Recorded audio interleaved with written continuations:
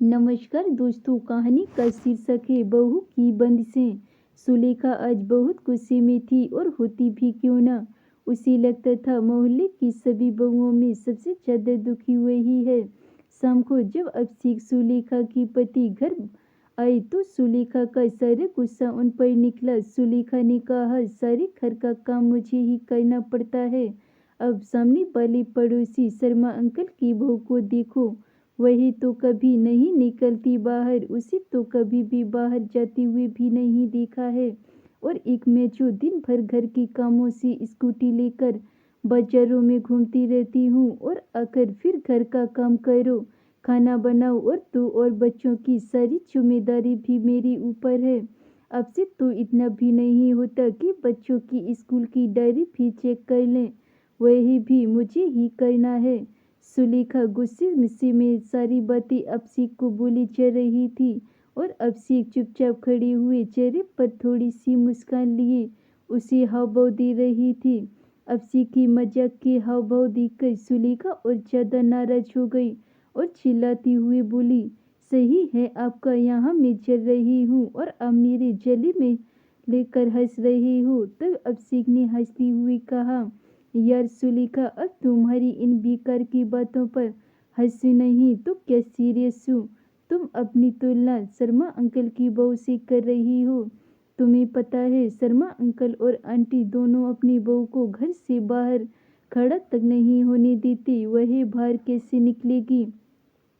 तुम तो शुक्र करो तुम्हारे ऊपर ऐसी कोई बंदिश नहीं है। तुम चाहे जहाँ जाओ और तुम्हारा मन करे वही पहनो, फिर भी तुम संतुष्ट नहीं हो। तब सुलेखा ने कहा, यही कोई आज़ादी है मेरी। सारे दिन लगी रहो बाजार में।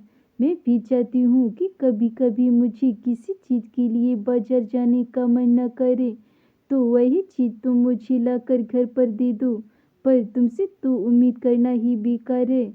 तभी तो मेरा एक पैर घर में होता है और एक पैर बाजार में। तब अभिषेक ने जैसे तैसे सुलेखा को मनाया और फिर रात का खाना खाकर सब सो गए। अगले दिन सुलेखा किसी काम से बाजार के लिए निकली ही थी, तभी उसे आवाज आई, दीदी इधर देखो। सुलेखा आवाज सुनकर भी अपना वहम समझकर आगे बढ़ने लगी। फिर दोबारा उसे वही आवाज आई। तब उसने देखा शर्मा अंकल की बहू अपने कमरे की खिड़की से उसे आवाज दे रही थी।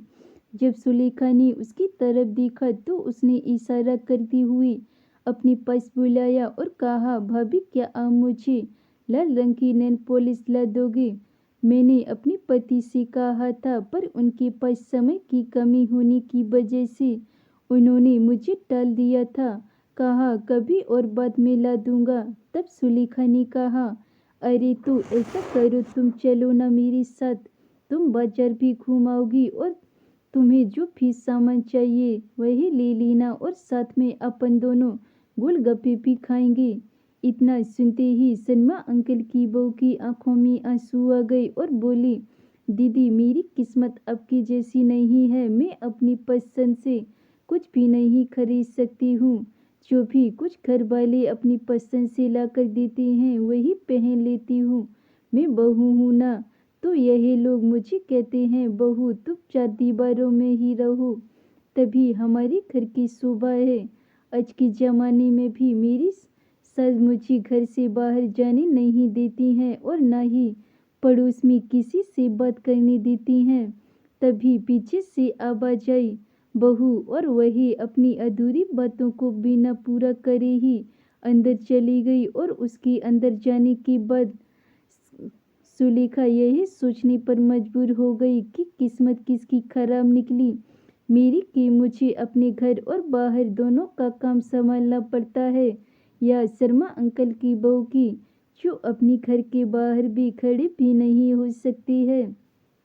सुलेखा सोचने लगी कि मैं तो हमेशा यही सोचती थी कि शर्मा अंकल की बहू के तो ऐसे हैं जो उसे घर पर बैठी बिठाई हर सामान मिल जाता है, पर आज वह अपनी किस्मत को सराह रही थी, क्योंकि चाहे कम के बहाने ही सही वह घर के बाहर निकल तो सकती है, जिससे चाहे उससे बात कर सकती है।